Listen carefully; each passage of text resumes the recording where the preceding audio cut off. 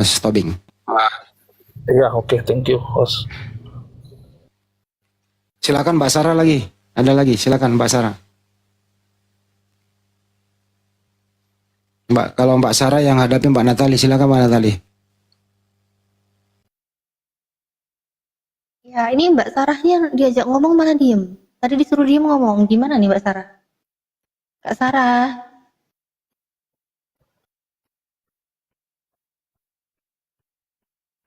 Aduh, Kak Sarah ini kemana? Ini Kak Sarah ini.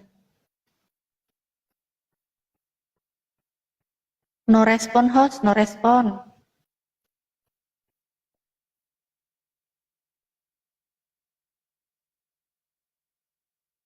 Sarah coba mic-nya dibuka, Kak.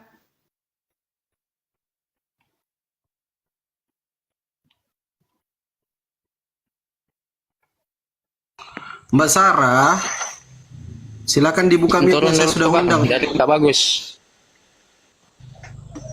Ya udah bagus jaringannya tuh Bang Yuda. Coba ngomong Bang. Ini mulai lagi bang jaringan. Nanti aja bang. Ya udah nanti bagus jaringan kesini lagi ya Bang ya. Siap. Ibu, Stelan batiknya seru sama bet. Bu Sarah, ini komel diskusi Bu, jangan ngomong di tempat lain kalau sudah naik di sini Bu. Gamis ibu nggak mau. Hai, udah enak ya? Iya, iya pula aku belanja. Sarah, aduh ini apa sih nih orang?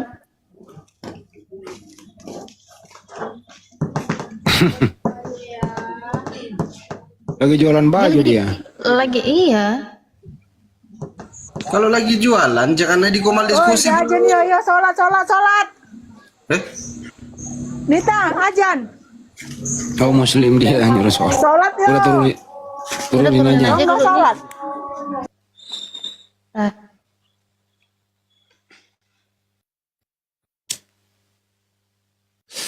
Bro Tobing mungkin mau diskusi topik apa gitu?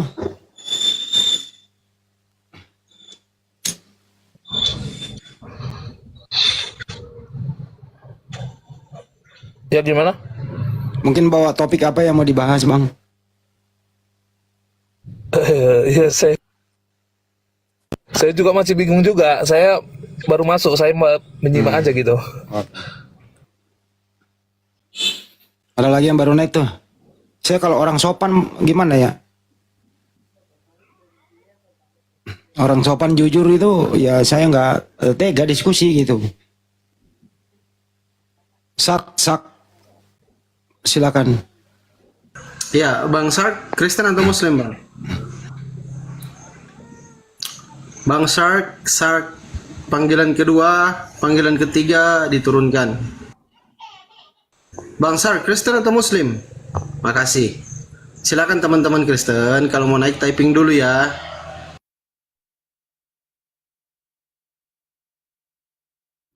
Oke, aku naikkan lagi ya. Natalia nanti disapa ya.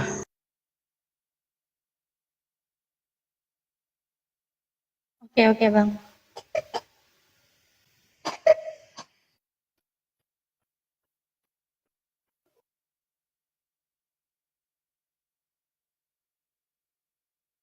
Atau sambil nunggu mungkin Pak Tobing mau nanya sesuatu mungkin karena dia kan baru datang, tapi nanya juga nggak tahu dia mau nanya apa ya.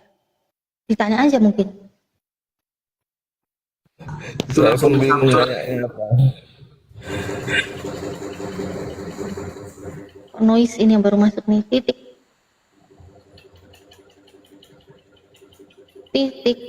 Sandik ya namanya ya, Sandik. Ya, dipanggil Sandik, ngomong, turunkan aja. Ya, titik Sandik nggak ngomong ya. Islam Kristen nggak ngomong. Oke, turun ya.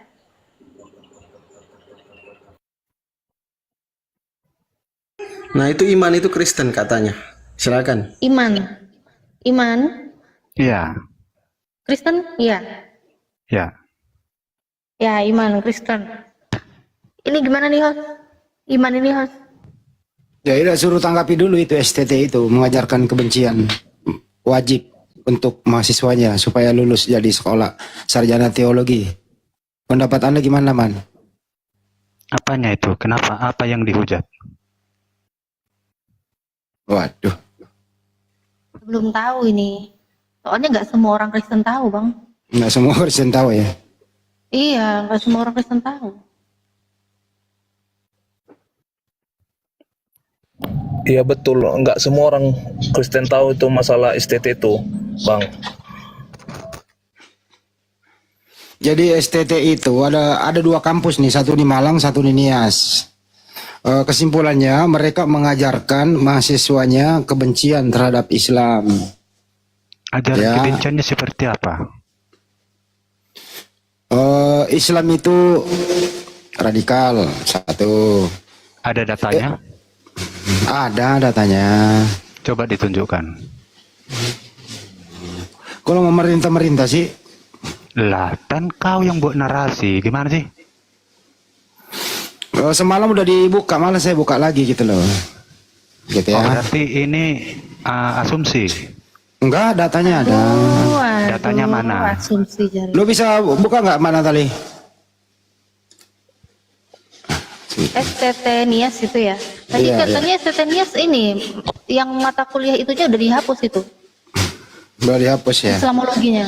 Iya, Islamologi mata kuliahnya udah dihapus, tapi tadi jejak digitalnya kan orang-orang tadi udah nge-live kan, banyak channel YouTube nge-live kan, tadi di situ ada. Jadi kelihatan begitu webnya STT Nias diklik, STT Nias Islamologi diklik, itu muncul. Jadi bahasan-bahasannya itu PDF-nya tadi udah ke-download, isinya apa udah ditampilkan langsung. Jadi udah berdasarkan jejak digital, track recordnya kelihatan semua isinya apa.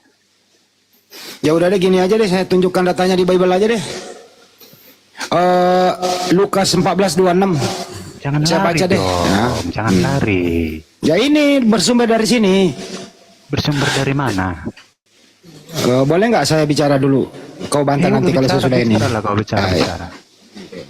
Kalau nggak mau saya turunkan, kalau nggak mendengar. Berarti narasimu tadi jongle itu ya? Ini iman ini nggak punya data, apa sih namanya, nggak update, nuntut orang minta data, sedangkan data dari STT Nias tadi udah dihapus. Kamu kalau mau Ya tahu terus datanya lengkapnya mana? Berarti lihat di asumsi YouTube. dong. Tunggu, Enggak, tunggu, enggak asumsi. gedein saya buka. Gedein sebentar, saya buka dulu. Oke, aku gedein Bang Handi. Tunggu ya. Aduh, terpaksa saya kerja ekstra nih. Tunggu ya. Kok kayak berisik gitu Bang Handi, kayak kresek-kresek. Hujan di Bang Handi. sini. Hah? Oh, hujan. Bentar, saya kecilin dulu volumenya ya. Bang, nanti bantu dibaca ya.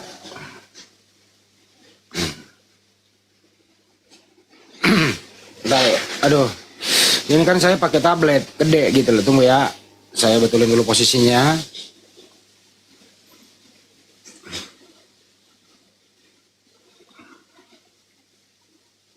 Tunggu ya. Mana dia nih? Tunggu ya.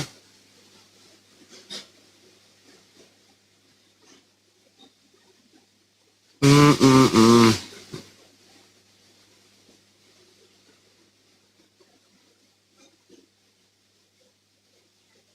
Ini salah satu aja ya silabusnya ya. Nih, baca. Mahasiswa dapat mengenal radikalisme Islam serta perspektif Al-Quran. Memang ada radikalisme di Islam. Ini salah satu ya. Ini data nih, lu makan. Tunggu ya.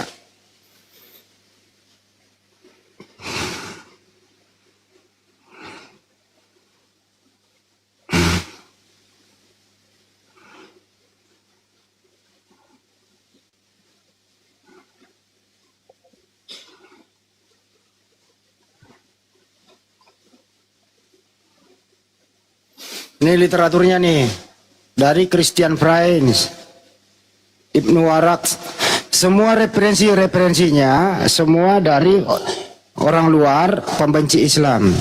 Ini referensinya, oke? Tadi Referensi, katanya STT, STT Nias. Gitu, oke?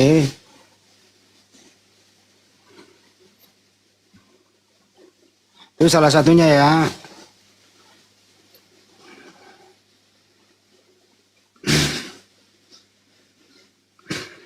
Tuh.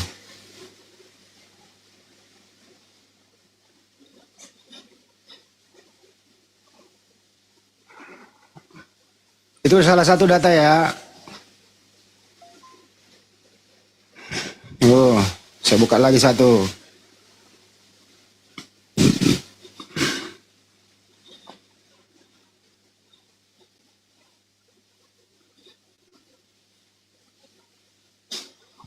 Masih lama. Kalau kau nggak bisa menunggu, turun aja sih. Kau udah kasih data kok. Tadi katamu dari Stettinius, kok dari Christian Prince yang kutunjukkan? Itu referensinya, monyet. Referensi tadi kau kan bicara dengan Stettinius. Nah, sekarang kau dibawalah.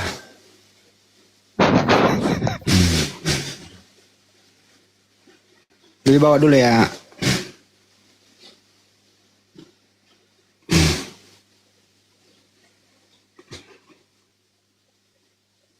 Yang telepon tar dulu, yang telepon tar dulu.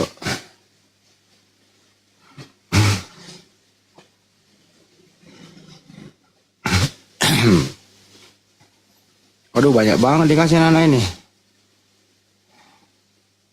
Ya itu salah satunya tadi data ya teman-teman. Yang jelas semalam ada gambar itu yang paling parah ya. Islam itu radikalisme. Kedua, lapat Allah itu ditulis seperti ular. Pokoknya diajari mahasiswanya kebencian terhadap Islam lah. Itu intinya ya. Ini orang dikasih data ngoceh melulu gitu loh.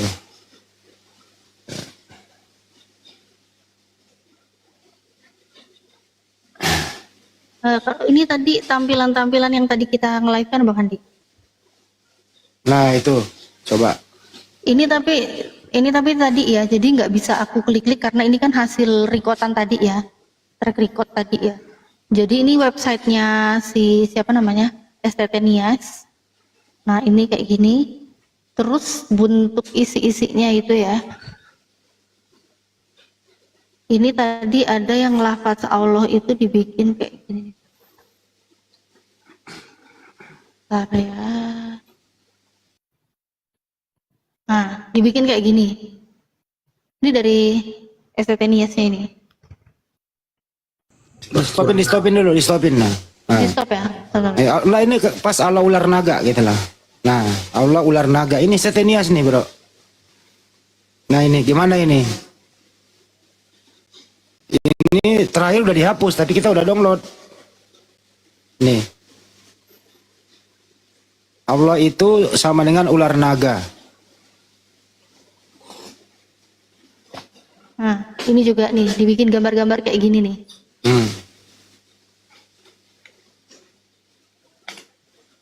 Jadi ini tadi tampilannya juga tadi Ustadz Dio ngeklik itu udah dari websitenya langsung, terus kelihatan PDF yang di-download. Nah tampilannya kayak gini isinya. Iya websitenya udah dihapus tapi kita udah download, datanya Ya. udah ada. Jadi datanya udah dihapus ya, untuk Islamologinya datanya udah dihapus. Tapi track record dari websitenya tadi cara ngekliknya, isinya apa, semua udah ketahuan isinya apa. Udah tampil semua ya. Dan beberapa guru-guru kami udah ngedownload ya itu PDF-nya. Nah, terus mereka menafsir-nafsirkan Al-Quran, diterjemahkan, ditafsirkan, dipelintir-pelintir.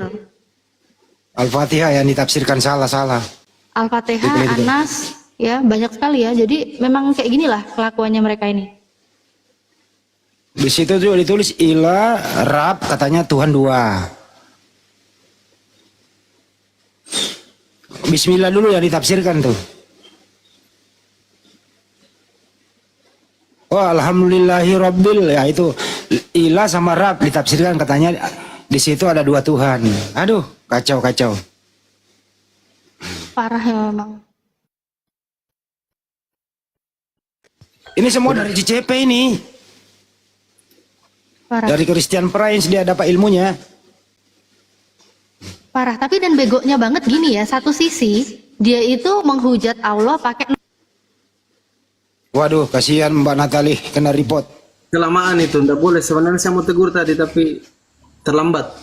Kelamaan itu tunjukkan data itu, ndak boleh. Oh, pantesan. TikTok sensitif. Sensitif ya. Mm. Nah, Iman, itu datanya Iman, salah satunya ya. Masih banyak yang lain. Kami itu Muslim kalau berbicara nggak pernah ngarang, ada data gitu loh. Tapi kalau kamu ngeyel ya saya turunkan dulu. Itu Bro Tobing, banyak sekali data yang lain Bro Tobing. Assalamualaikum warahmatullahi wabarakatuh. Kena report, kena Waalaikumsalam. report. Ya udah nggak usah buka lagi kayak gitu, kena report Kampret lagi. emang hotel kampret memang report. Lanjut Bang. Itu Bang Tobing, datanya. Ya kalau saya bertanya, saya kurang respect sih masalah-masalah kayak gini ya kan. Karena memang jangankan sama orang kita Muslim Bang, sesama kita pun kadang-kadang ada juga yang perasaan benar, perasaan sektenya baik, banyak. Mungkin pun di lingkungan orang Abang pun mungkin agama yang lain pun mungkin aja seperti itu, ya kan? Oke, saya jawab Dan- kalau itu. Saya kuliah di kampus Islam, tidak ada pernah kami diajarkan, apalagi silabus, apalagi ada SKS membahas Kristen, membahas Bible, nggak ada. Di pesantren nggak ada yang kayak begitu. Jadi kami tidak ada SKS, ya, atau kami tidak diajarkan oleh dosen kami membenci Kristen, nggak ada.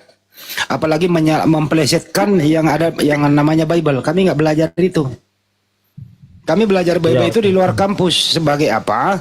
Kalau diskusi berdasarkan data, tidak ngaco-ngaco, tidak ngarang gitu loh. Jadi ilmu yang kami dapat ini bukan di kampus, tapi kami beli Bible untuk mempelajarinya supaya nanti diskusi dengan teman kita saudara Kristen berdata gitu loh. Jadi kampus saya tidak ada yang kayak beginian. Jadi kalau tuduhan kamu juga begitu enggak. Kalaupun ada itu personal, ini lembaga loh, sekolah tinggi. Artinya enggak, sekolah tinggi itu izinnya dari yang Kristen, STT Nias, STT yang ada di Malang, dan STT apapun yang berbau agama Kristen, itu izinnya dari Kementerian Agama, Dirjen Binmas Kristen. Iya betul. Gitu ya. Ini lembaga, bukan personal, lembaga bro. Lembaga itu ya semua mahasiswanya itu wajib lulus di situ. Kalau nggak lulus di situ nggak bisa jadi sarjana teologi.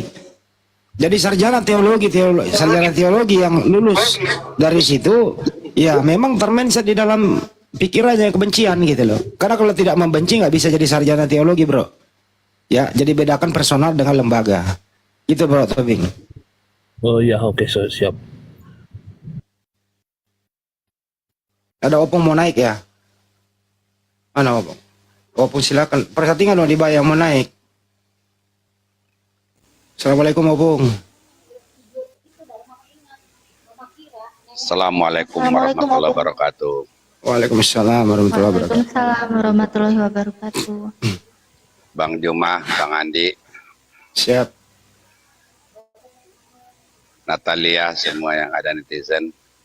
Dari semalam itu saya sudah monitor. Mungkin dalam minggu-minggu ini ya, kita lakukan tindakan hukum itu, Andi. Insya Allah besok saya kembali ke Jakarta. Kalau bisa ada waktu, sore kita ketemu, Bang Andi. Gitu. Siap Opung, saya ke kantor. Gitu Bang Andi. Ya. Atau ada petunjuk lain? Silakan Bang Andi. Perkembangan terakhir setelah kita bahas ini Opung 2 malam ya berturut-turut, website itu udah dihapus oleh mereka. Nggak masalah. Data udah ada kan? Download ada, data udah ada, kita simpan. Nggak ada masalah itu. Mau dihapus kayak enggak kayak. Itu kan sudah jelas, barang datanya kan ada di dalam itu namanya PTT ya, Power Transparansi. Poin-poinnya kan sudah ada, namanya kan juga ada di situ. Didapatkan juga kan di situ ada disebutkan STT, sudah terurai lengkap semuanya di situ itu nggak bisa. Mungkin juga di STT yang lain pun hal-hal yang sama demikian itu gitu Bang Andi. Makanya ya satu-satunya ya cepat kita bertindak hukum dan kita laporkan ke instansi terkait terhadap itu. Walaupun dia jauh di pulaunya sana ya bukan itu persoalannya. Sekarang kan tidak ada jarak jauh dekat. Karena dunia maya ini sudah merambah ke segala penjuru dunia.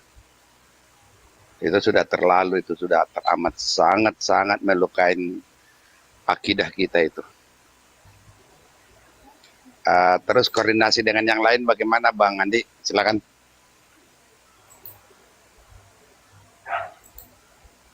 Hubung. Bang Andi. Ya, siap Hubung, udah dikoordinasiin semua. Ya, gak ada itu. Harus segera. Datanya kami kumpul dulu dengan rapi. Jadi PowerPoint-nya biar gampang dimengerti. Ini Ya. hujan, saya mau pasang handphone dulu. Bentar. Assalamualaikum Ustadz Sugi.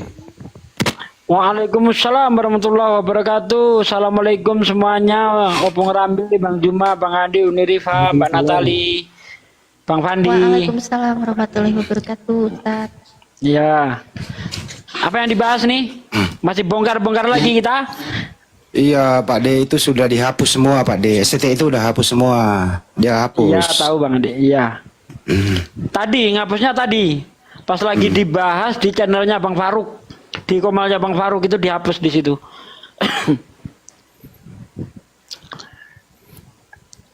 Tapi Pak D kan belum dihapuskan. Di YouTube saya kan ada Opung, ada berapa seri itu. Aman. Oh, ada Bang. ya? Ada di YouTube saya ada berapa seri itu. Di Mantap. YouTube banyak yang nge-live-kan kok itu. Banyak. Oke, saya sapa dulu izin ya. Aman Purba Kristen atau Muslim? Aman Purba. Islam Muslim. Iya. Apa yang mau disampaikan Bang? Kita mau naikkan Kristen ini Bang. Silakan. Oh yaudah lanjut aja lah yang Kristen, Ya, makasih Bang Aman ya. Assalamualaikum. Waalaikumsalam warahmatullahi wabarakatuh.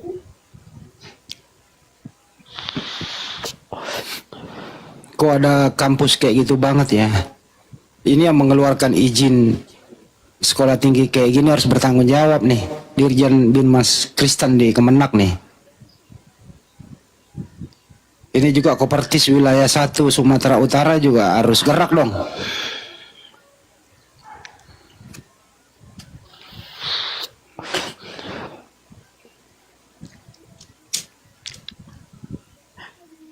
Ya ini sangat berbahaya sekali nih Bang Andi kalau kita biarkan nih, sangat berbahaya karena bisa mengancam kerukunan umat beragama. Karena kita tahu bahwa umat Islam di Indonesia ini kan wataknya berbeda-beda ya. Ada yang menanggapi santai saja, tidak peduli. Ada yang menanggapi dengan keilmuan, ada yang menanggapi dengan frontal. Ya, jadi apa? Kalau bisa itu janganlah memancing seperti itu. Kalau tidak suka dengan Islam, jangan kau nulis-nulis tanpa apa ya, melalui perdiskusian gitu loh. Coba kalau kau nggak suka Islam, bawa datamu, mari kita dialog baik-baik. Seperti yang kita lakukan nih loh, kita nggak ada nulis buku begini begono, nggak ada. Menjelek-jelekkan Kristen nulis, nggak ada. Ya, karena kita bukan pecundang. Ayo kita dialog, adu ilmu kita, begitu loh. Ini ndak nulis-nulis saya udel, menafsir kitab orang saya udel, ya, parah, ini parah, ya. Tapi ya ini menjadi pembelajaran untuk kita semua. Memang benar apa yang dikatakan Quran bahwa walang tardu angkal yahudu wala nasoro hatta tatabi amilatahum. Orang-orang kafir, orang-orang Kristen dan Yahudi itu tidak akan pernah senang sama kamu sebelum kamu murtad. Masya Allah, ayat ini benar. 1400 tahun yang lalu ayat ini disampaikan Allah melalui malaikat Jibril kepada Rasulullah. ternyata terbukti kebenarannya. Tidak mungkin Allah itu berbohong, tidak mungkin. Jadi Allah itu tahu isi hati mereka, tahu visi misi mereka. Begitu Bang Andi. Iya, memang itu heran tuh dosennya itu loh, mengajari mahasiswanya 2 SKS harus lulus piawai otak-atik Al-Fatihah, gitu loh. Jadi harus pandai mengotak-atik surah Al-Fatihah itu dengan otak kotornya sendiri gitu. Jadi kalau nggak pandai menista, nggak pandai kebencian, nggak bisa lulus 2 SKS loh, itu wajib tuh mahasiswa tahu itu. Artinya apa? Jadi alumni STT ini gitu ya pasti pandai membenci Islam. Kalau nggak bisa membenci Islam, nggak bisa berbohong, nggak lulus dia. Wah, sekolah macam apa ini? Itu maksudnya Pak. Di 2 SKS mata kuliah wajib. Pantesan kalau ada STT naik itu ya, wah selalu bersumber ke si CP, Christian Price, selalu bersumber dari orang-orang yang pembenci Islam. Referensinya buku-buku itu tadi, gitu. Waduh, parah mereka ini. Nah, saya minta orang-orang yang kayak begini itu loh ya, ditarik lagi deh kesarjaannya, tutup itu kampus. Jadi alumninya, alma maternya semua itu nggak sah itu sarjananya itu, karena berdasarkan kebencian supaya bisa lulus. Setuju nggak teman-teman semua ya? Setuju. Setuju, sangat setuju. Jadi kami mengeluarkan statement di sini gitu ya, kalau hanya berdasarkan kebencian ya sarjana yang Anda title sarjana teologi yang Anda sandang itu berdasarkan kebencian, ya sudah nggak ada gunanya lah. Kalau kampusnya ditutup, alumninya juga harus dicabut semua itu. Dirjen Binmas Kristen juga harus turun tangan. Kopertis wilayah 1 Sumut harus turun tangan. Begitu juga yang ada di Malang dan sekitarnya. Tapi tunggu, kami akan datang kok.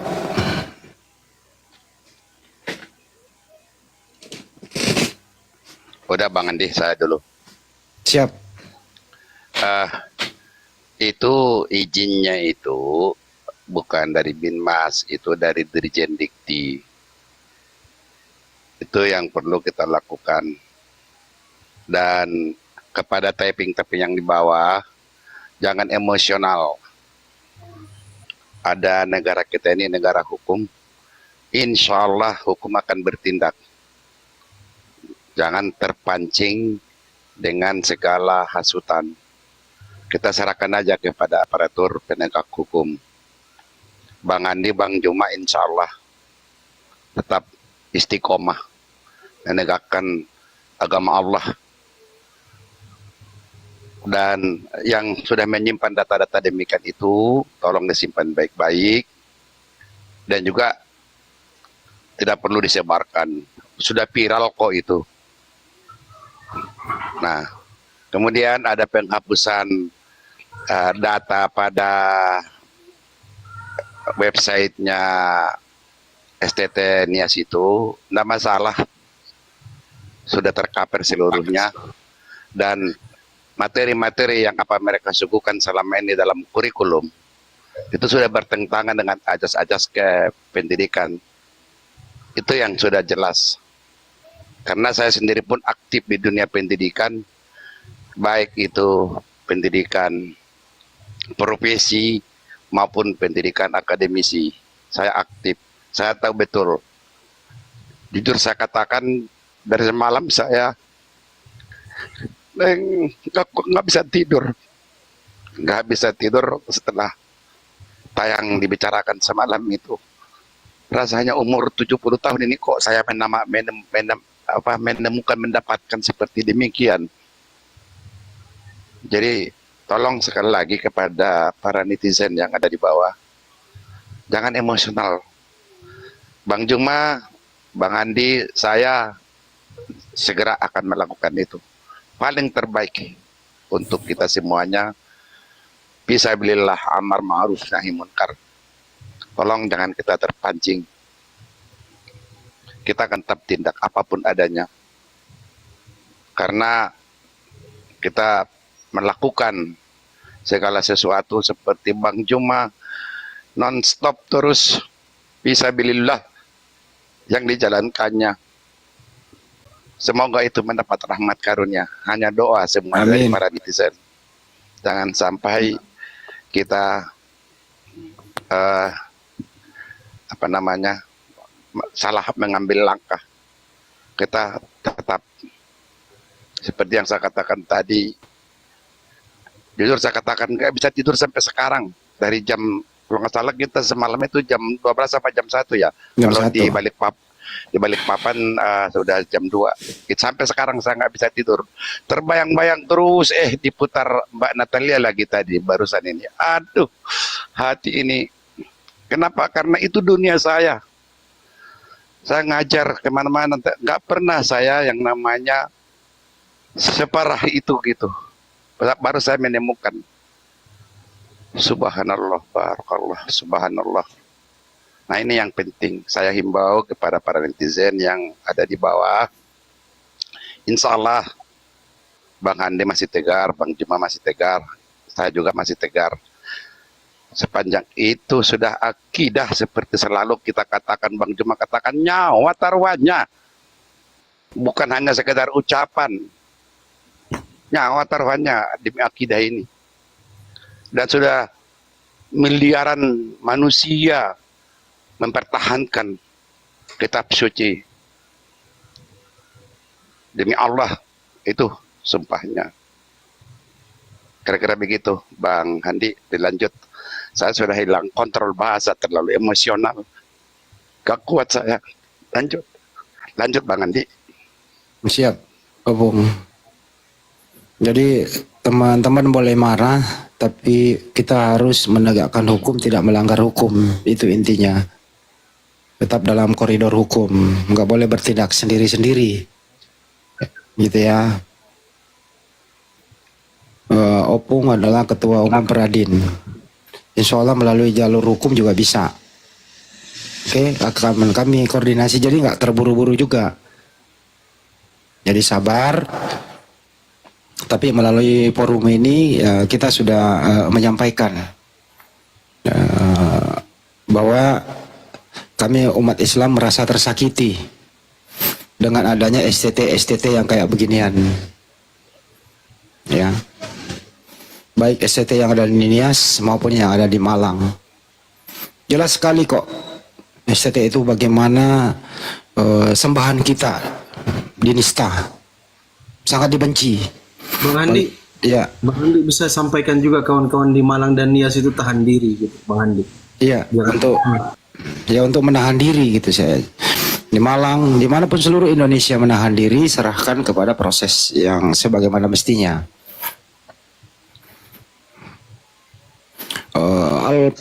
Al-Fatihah itu diacak-acak, teman-teman.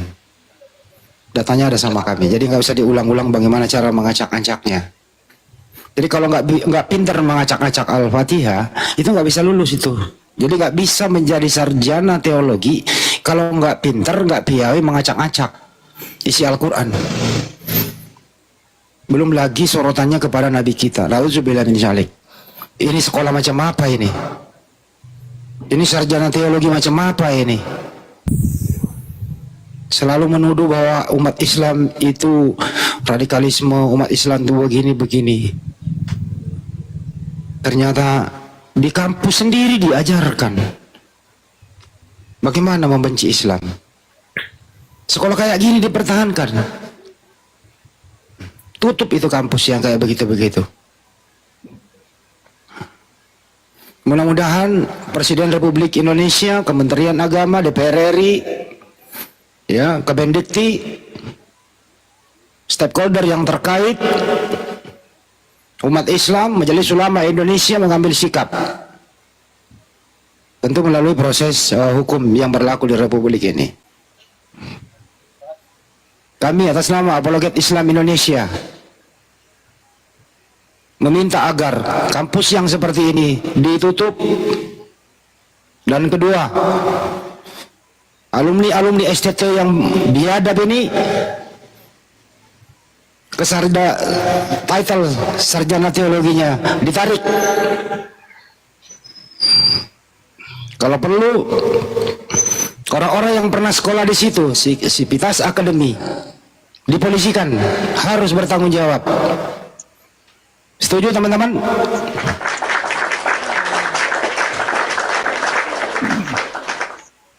Setuju.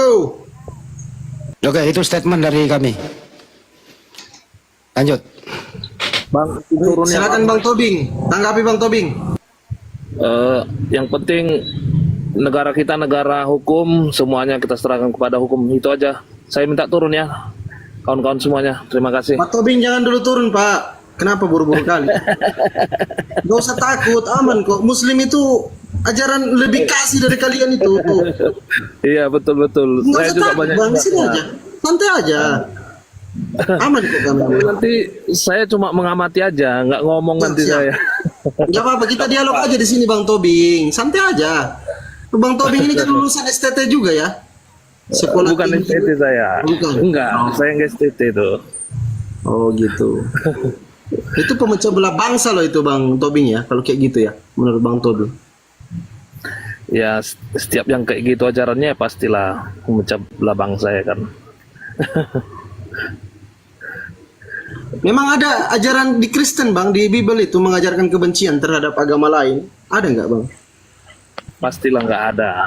Dimanapun itu, agama manapun pasti mengajarkan. Kalau Yesus bilang kayak gini Bang, aku tidak datang untuk membawa damai, tetapi aku datang membawa pedang. Itu kayak mana itu Bang? Wah, parah kali Bang. Enggak itu. Pasti membawa damai lah semua. Tapi permasalahannya kan yang dibawa-bawa inilah.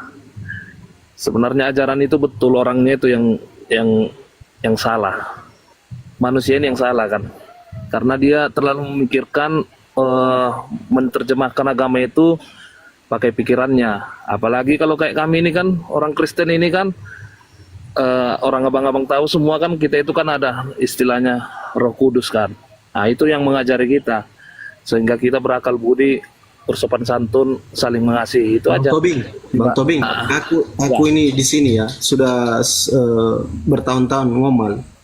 Aku itu sekitar sudah 10 orang kawan-kawan Kristen itu yang pernah jujur di komal aku ini Bang. Bahwa memang dari kecil kami itu ditanamkan kebencian terhadap Islam ini Bang Tobing. Contoh, ada dari Sulawesi Selatan satu orang ya. Orang tuanya katakan kepada mereka, iya nah Islam itu agama teror. Agama ini, nabinya kayak gini, Tuhannya kayak gini, begini. Pokoknya yang jelek-jelek, yang buruk-buruk lah semua tentang Islam. Nah, termasuk adik saya yang baru-baru mualaf ini kan, beliau juga sedikit menyampaikan informasi bahwa memang dari kecil diajarkan kebencian terhadap Islam. Kadang-kadang ku tengok memang kayak gini ajaran Kristen ini ya, mengajarkan kebencian kepada anak-anaknya, generasi-generasinya. Parah kali Wah. Gimana menurutnya Bang Tobing itu? Saya sangkal ya Bang, kita nggak pernah diajarkan itu Bang. Kita nggak pernah diajarkan itu membenci lah. Pasti dengan ini. Saya dulu sekolah itu di ajaran agama Buddha saya.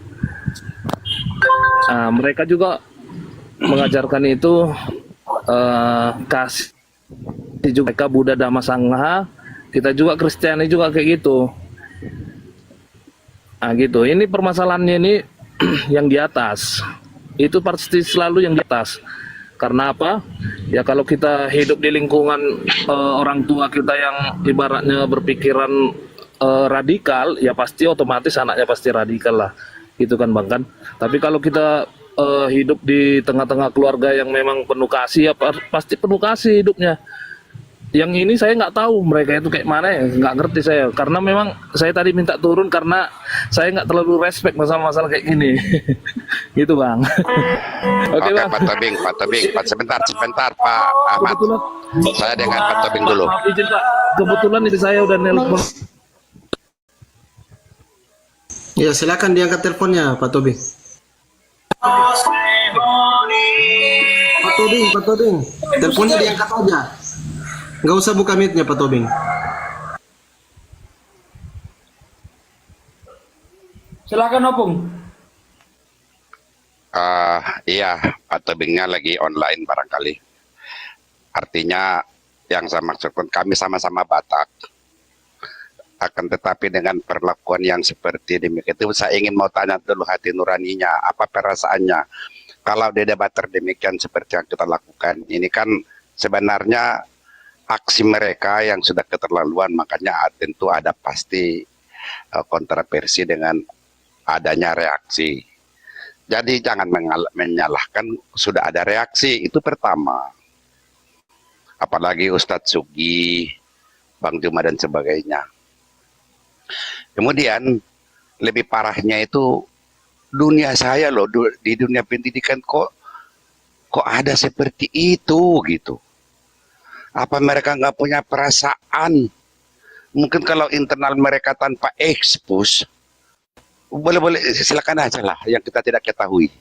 Tapi kalau sudah sampai tayang begitu di medsos, dibaca seluruh jagat raya dunia, ini kan sangat-sangat menyakiti. Itu yang kita tidak, saya pribadi lah sebagai insan sosial biasa. Berarti para alumni-alumninya itu sudah benar-benar didoktrin, bahkan dicekokin seperti tadi. Ada pembebanan bobot terhadap pendidikannya dengan target capaian demikian dan sebagainya itu gitu. Karena dunia pendidikan sekarang ini sudah berkembang sejak 2012 ataupun 12 tahun yang silam dengan sekarang. Kalau dahulu kita memiliki rumpun jenis pendidikan hanya satu, dikenal dengan perguruan tinggi akademisi semata. Dengan adanya sekarang perkembangan dunia pendidikan begitu cepat, begitu luar biasa menyesuaikan peradaban zaman. Rumpun jenis pendidikan kita sekarang dikenal ada 3. Rumpun jenis pendidikan akademisi ataupun akademik, rumpun jenis pendidikan vokasi, rumpun jenis pendidikan profesi. Nah, dari PPT yang ada di tayang semalam yang demikian tadi dari Mbak Natalia, itu sudah mencakup ketiga rumpun jenis pendidikan itu. Berarti kan sudah benar-benar di dunia pendidikan ini sudah mulai terasumsi, sudah tertanamkan sedemikian rupa. Itu yang merupakan salah satu yang sangat kita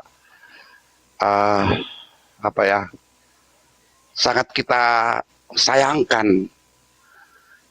Dan yang paling kusayangkan lagi, di mana ada itu LL Dikti sekarang, dahulu yang disebut-sebut Bang Andi tadi Kopertis, dulu Kopertis, sekarang LL Dikti. Masa di mana pengawasan mereka?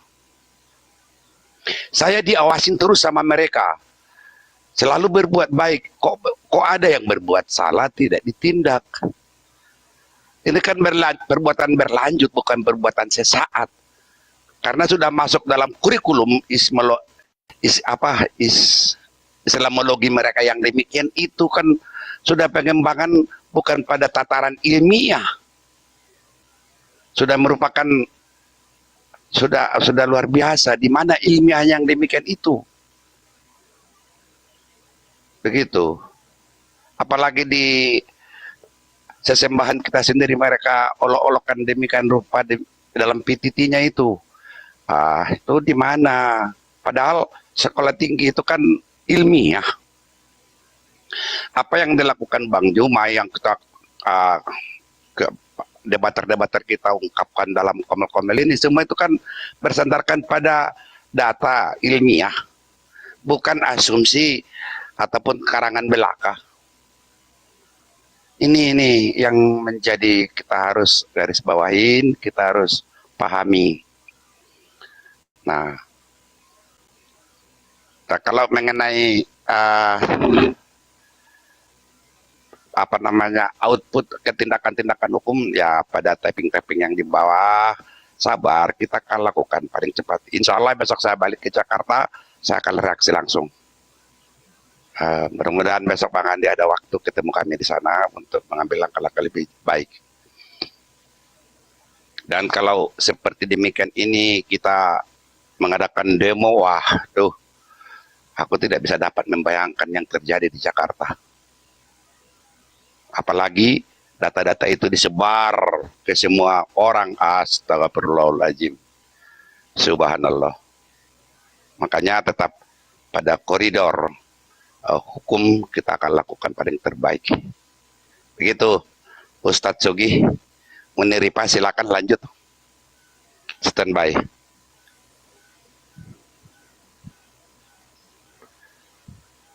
Ya, assalamualaikum warahmatullahi wabarakatuh. Waalaikumsalam. Waalaikumsalam ya Prof. Iya nih tadi diminta Bang Andi naik katanya ke Komal Pandi. Dan kebetulan Opung Rambe lagi di kampus ini kita. Belum pulang ini. Ada penemuan baru enggak, Lord Oreo? Iya, siap. Jadi penemuan barunya di pangkalan data pendidikan tinggi, STT Nias ini memang posisinya aktif. Tetapi statusnya tidak terakreditasi. Ini sesuai dengan pernyataan dari Bang Ardiansah gitu kan.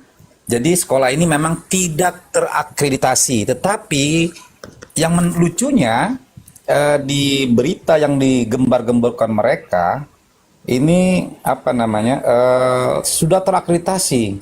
Berarti betul apa kata Bang Ardiansah, saya membetulkan. Berarti status akreditasinya itu dalam tanda kutip abal-abal gitu kan. Itu poin pertama. Karena saya membaca di PDDT tidak terakreditasi dan wisudawannya 46,31% per tahun. Terdiri 4 program studi ya. Saya coba buka lagi, ini dia datanya lumayan ini. Nah, oh ya betul. Ini sudah dibongkar oleh Bang Ardiansah kemarin. Jadi memang nomor SK pendirian non undefinite. Jadi tidak terdefinisikan, artinya tidak dapat didapatkan datanya. Dan dia ini berdiri di 2006, Opung Rambe. Dia berdiri di 2006, tetapi statusnya aktif. Kemudian kalau kita lihat data yang menarik ya, saya lihat statuta perguruan tingginya, dia ini sudah melanggar betulnya statuta. Statutanya di mana di pasal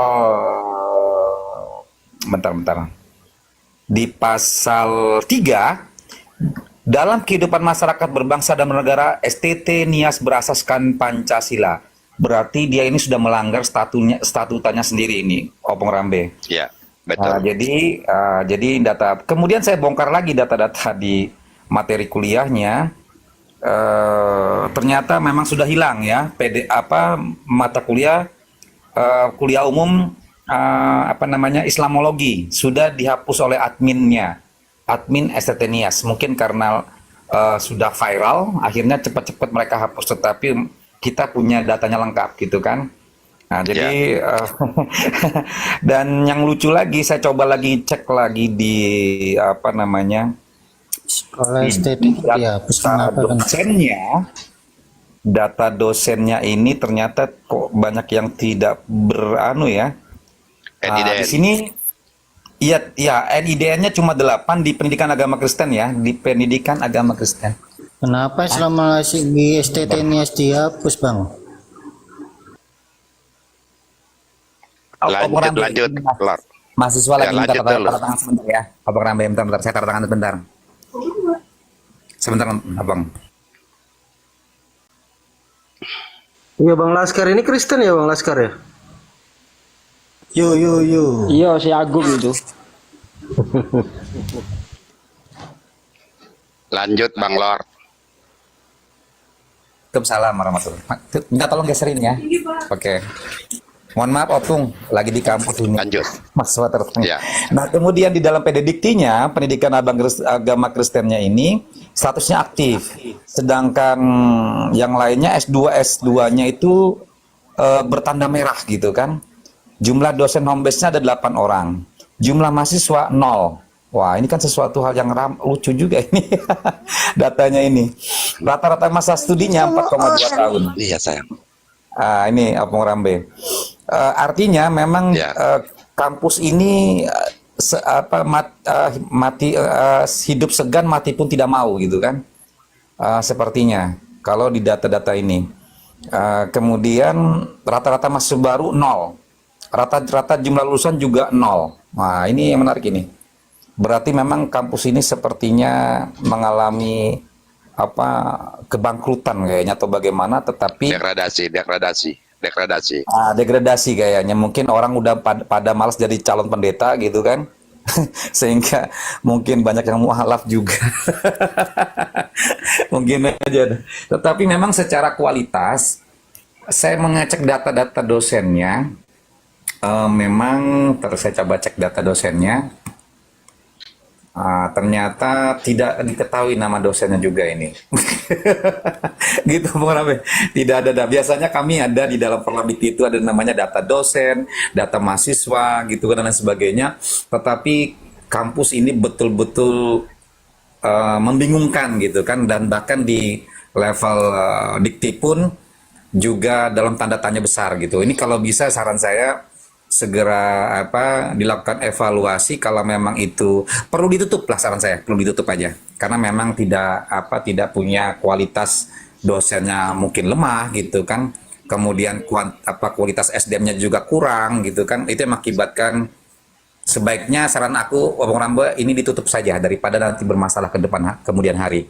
Itu baru satu nias, saya belum membongkar yang lain. Itu dulu Bung Rambe, lanjutkan, terima kasih. Assalamualaikum. Waalaikumsalam Pak Ustadz Prof. Guru besar saya, terima kasih informasinya.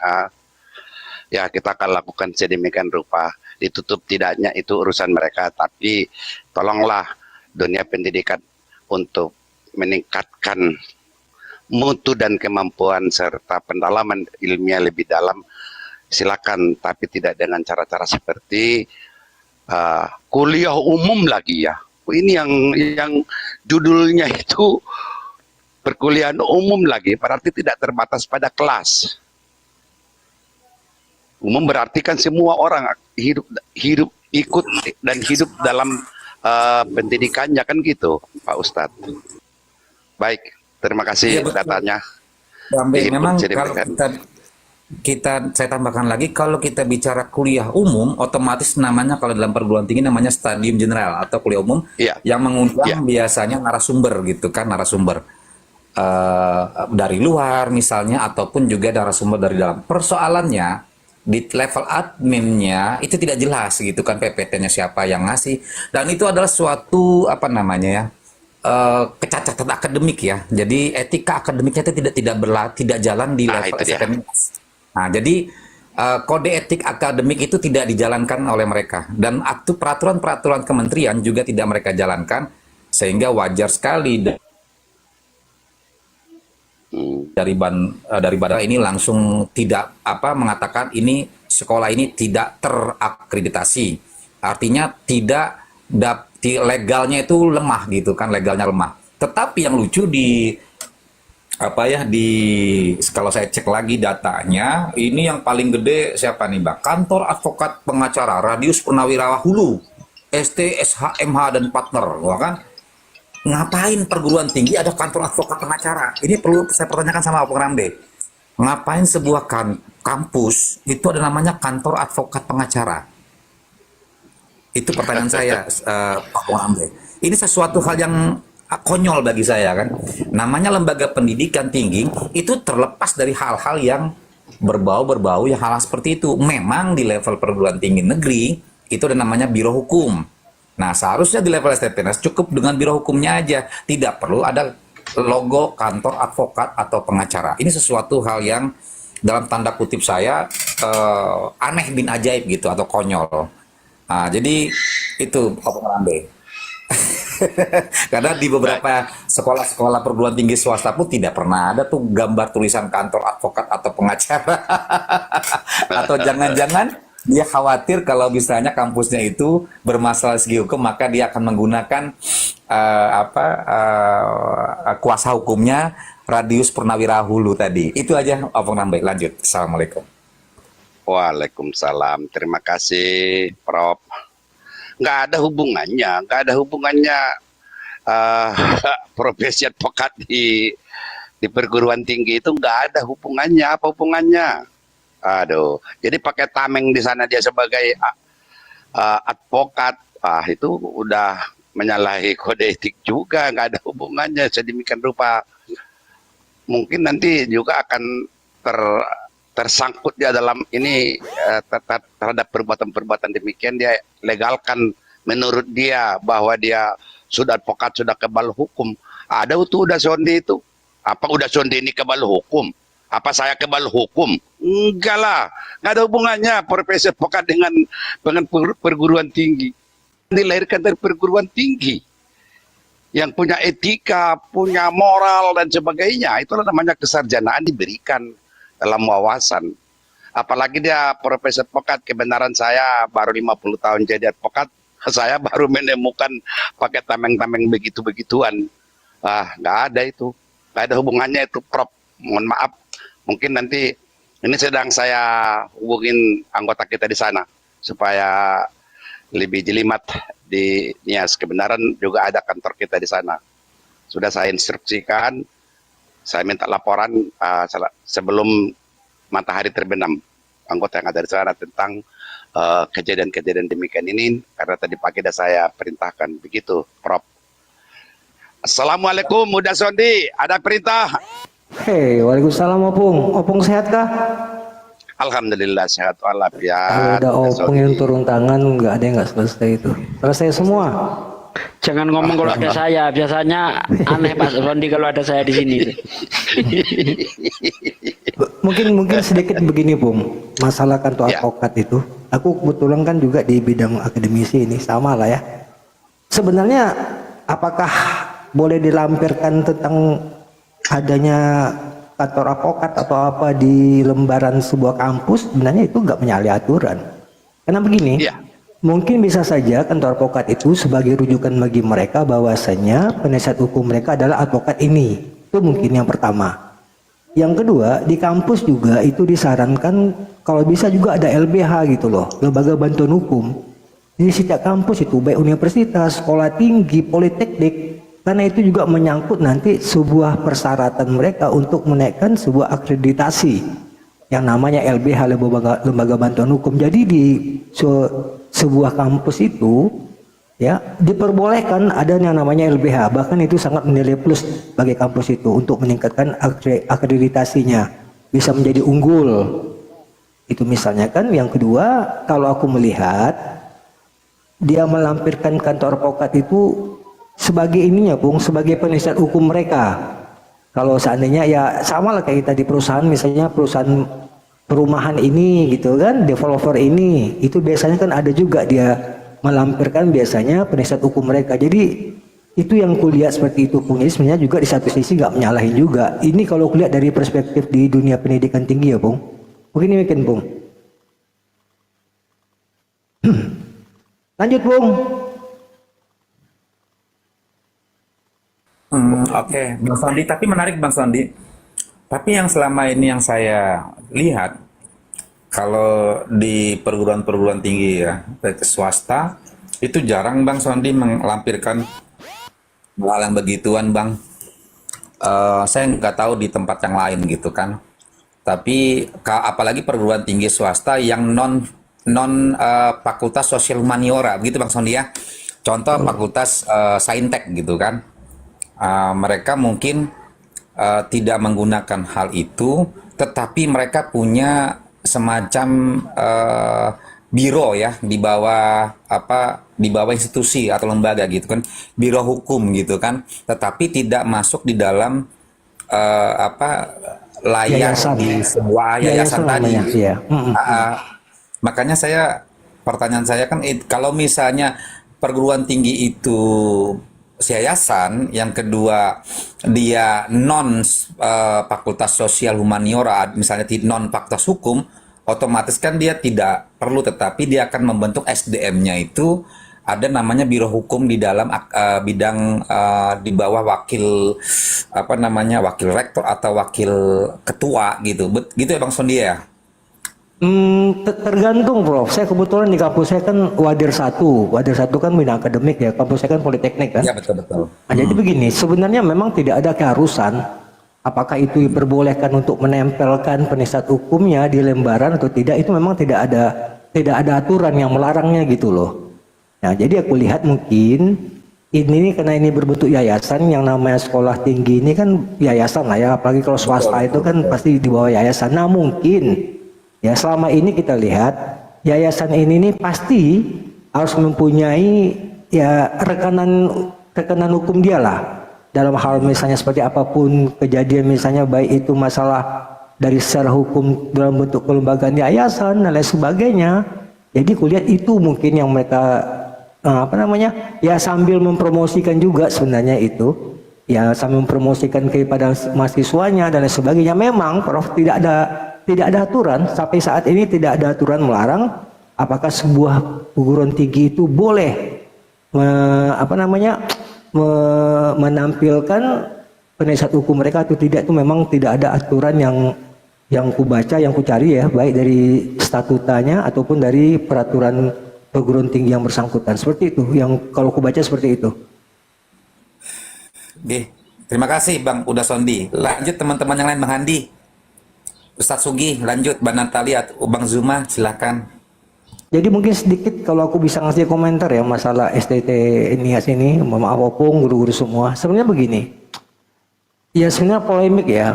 Artinya memang kalau kita berbicara tentang sekolah tinggi teologi itu, memang mata kuliah Islam Islamologi itu adalah salah satu mata kuliah yang wajib itu, yang wajib mereka tampilkan, yang kalau seandainya perguruan tinggi itu tentang sekolah tinggi teologi. Jadi mata kuliah Islamologi itu wajib harus ada dia. Dan di keterangan dari Kementerian Agama, kenapa Kementerian Agama? Karena bagaimanapun juga ini kan tetap izinnya itu kan di bawah Kementerian Agama, di kekristenan lah ya jatuhnya. Jadi sebenarnya persoalan ini aku mempelajari ya, ada aku baca tesis dari seorang mahasiswa S2 di Yogyakarta. Dia membedah tesisnya itu tentang sekolah tinggi teologi Abdel di Kota Semarang. Ya, dia sengaja ambil judul itu, jenis penelitiannya itu ada jenis penelitian kualitatif. Dia ini kan jenis penelitian tesis ini kan adalah makalah ilmiah ya. Dia mempelajari situ bagaimana tentang mata kuliah Islamologi ini diterapkan di kampus STT Abdel di Kota Semarang itu. Dia ambil tesis itu. Dan sistem yang dilakukan ini adalah penelitian kualitatif dengan melakukan wawancara dengan dosen, dengan mahasiswa dan sebagainya. Di sini aku sangat tertarik gitu loh. Memang di aturan itu sendiri tidak ada sebuah peraturan yang mengatakan dosen dari mata kuliah Islamologi ini harus beragama Islam, itu memang tidak ada aturan. Jadi dosennya ini boleh saja berasal dari mana, agama apa. Jadi ini kelemahannya gitu loh. Sementara mata kuliah Islamopia ini kan mata kuliah yang mempelajari tentang Islam, tentang kajian Islam gitu ya. Tentang kajian Islam. Memang lebih bagusnya memang dosennya ini adalah dosen yang beragama Islam yang mempunyai tentang ilmu Islam. Bisa saja mungkin jadi dosen tamu atau dosen tidak tetap. Itu tergantung dari yayasan itu. Nah, dari penelitian itu Prof, kulihat begini. Ternyata di STT itu, ini tesisnya ini dia lakukan di tahun 2018 ya, syarat dia untuk memenuhi S2. Di situ kulihat dia mempelajari tentang penelitian itu. Ternyata di STT Teologi Abdel ini itu mata kuliah Islamologi ini walaupun itu diajarkan oleh orang Kristen, tetapi dosennya ini mereka kuliahkan gitu loh. Mereka kuliahkan S2 di UIN di Yogyakarta. Wah, ini kan keren gitu loh. Jadi artinya mereka kuliahkan. Jadi betul-betul mata kuliah ini dosen walaupun bukan beragama Islam, walaupun dosen tetap mereka, tapi mereka kuliahkan dosen ini ya di kejurusan Islam gitu loh. Inilah yang langkah-langkah yang mereka lakukan di STT Abdel di Kota Semarang ini. Supaya apa? Supaya tujuannya mata kuliah ini kan wajib nih. Tujuannya sebenarnya pemerintah mengatakan kenapa mata kuliah ini wajib di STT itu, supaya karena pertama Indonesia ini adalah negara mayoritas. Dan ini disengajakan masukkan di mata kuliah wajib atau yang kita kenal mungkin ya Prof Kalau mata kuliah wajib itu, aduh, apa namanya istilah tuh, Prof? Lupa gue, Prof. Mahasiswa yang wajib diambil. Enggak, mata kuliah yang wajib ini ada istilahnya itu MKDK, mohon maaf, Prof. MKDK. Ya, itu mata kuliah dasar keahlian ya, MKDK. MK. Itu ini kan mata kuliah wajib ini. Dan kenapa jurusan ini harus ada di STT Islamologi ini? Karena pertama pertimbangannya itu adalah di Indonesia ini adalah negara mayoritas itu beragama Islam. Yang kedua, supaya mahasiswa itu memahami tentang kajian Islam, bukan menyuruh tentang inti Islam ya, kajian Islam ini supaya bisa menimbulkan toleransi. Ini tujuannya sebenarnya. Makanya yang mata kuliah ini diwajibkan. Cuma kebanyakan kampus-kampus ini, STT ini, ya dia tidak mengambil dosen yang tentang mata jurusan Islamologi ini adalah dosen yang beragama Islam gitu loh. Memang eloknya seperti itu kan. Tapi kelemahan ada aturan. Di aturan itu sendiri tidak ada menjelaskan dosennya itu harus beragama Islam. Ini kelemahan dari regulasi aturan kita. Nah ini mungkin juga sebagai masukan nanti dengan ada kejadian seperti ini. Dan aku tertarik mempelajari tesis seseorang anak ini di sekolah tinggi di Abdil di Kota Semarang itu, dia ingin melihat dosen mengajar jurusan Islamologi ini berbasis apa dia di sana. Di STT Semarang ini ternyata walaupun dia beragama Kristen, tetapi kampusnya menguliahkan dosen ini gitu loh.